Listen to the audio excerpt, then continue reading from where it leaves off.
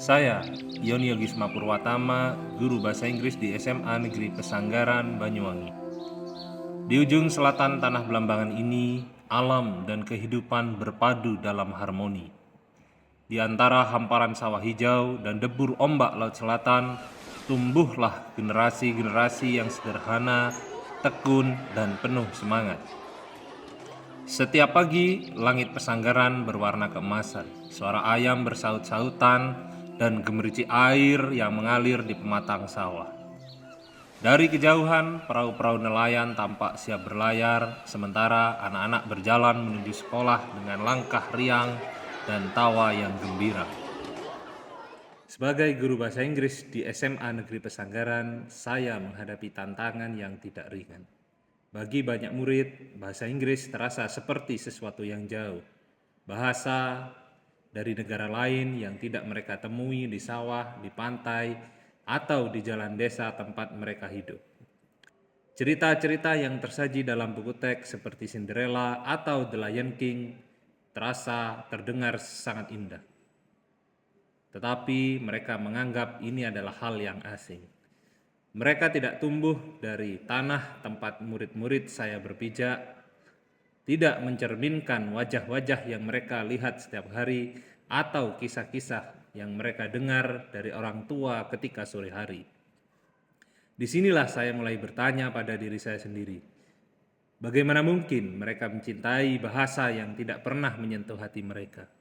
Yang kedua, bagaimana saya bisa menghubungkan pelajaran dengan kehidupan nyata? Dari kegelisahan itulah lahir gagasan untuk menanamkan kearifan lokal ke dalam pembelajaran. Saya ingin murid belajar bahasa Inggris, tetapi mereka juga mencintai identitas mereka sendiri. Lalu saya berpikir, bagaimana jika pembelajaran bahasa Inggris tumbuh dari budaya mereka sendiri? Dari situlah muncul ide menghadirkan nilai-nilai wayang ke dalam pembelajaran melalui media suketeki. Dari rumput yang tumbuh liar lahirlah kreativitas dan filosofi hidup yang luhur. Kami memulai perjalanan itu dengan sederhana, duduk melingkar di kelas berbicara tentang wayang. Saya bertanya kepada murid-murid saya, apa yang mereka tahu tentang tokoh-tokoh wayang, tentang kebaikan, kebijaksanaan, dan keberanian yang terkandung di dalamnya. Perlahan mata mereka mulai berbinar. Mereka menyebut nama-nama yang pernah mereka dengar dari cerita orang tua, lalu menautkannya dengan kehidupan mereka sendiri, tentang kesetiaan nelayan yang menunggu ombak, tentang kerja keras para petani di ladang. Dari obrolan sederhana itu, saya mengajak mereka melangkah lebih jauh. Kami berdiskusi, bagaimana jika kisah-kisah ini kita tulis dalam bahasa Inggris? Bagaimana jika kita membuat naratif teks yang lahir dari kehidupan kita sendiri?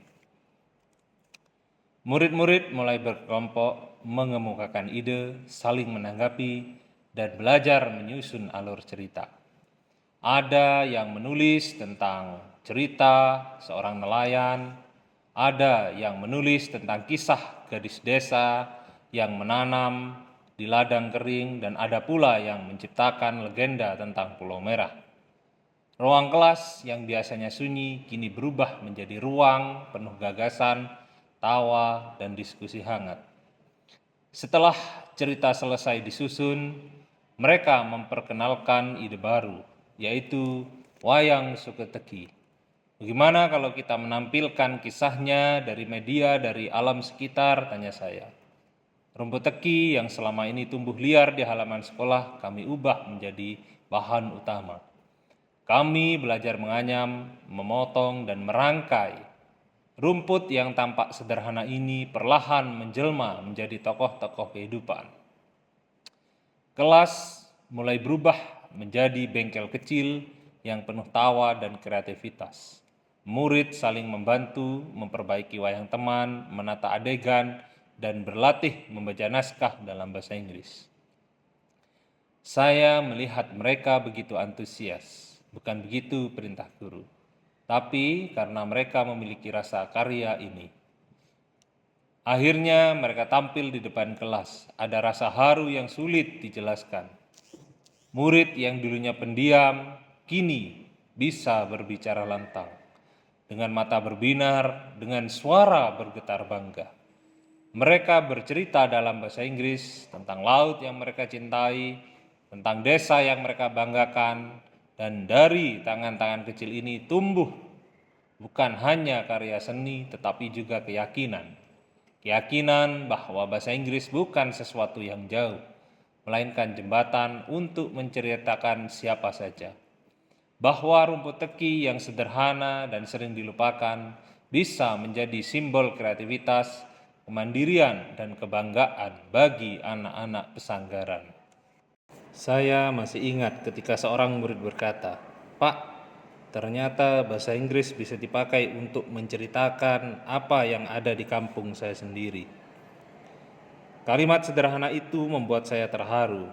Di situ saya tahu pembelajaran yang bermakna lahir ketika murid merasa memiliki dan menjalankan cerita itu. Wayang Suku Teki bukan sekedar media belajar, tetapi simbol perjalanan dari keterbatasan menuju kebermaknaan. Dari rumput yang sederhana lahir semangat yang luar biasa. Saya percaya pendidikan sejati memberi akar dan sayap, akar pada budaya kita sendiri, dan sayap untuk terbang ke dunia yang lebih luas.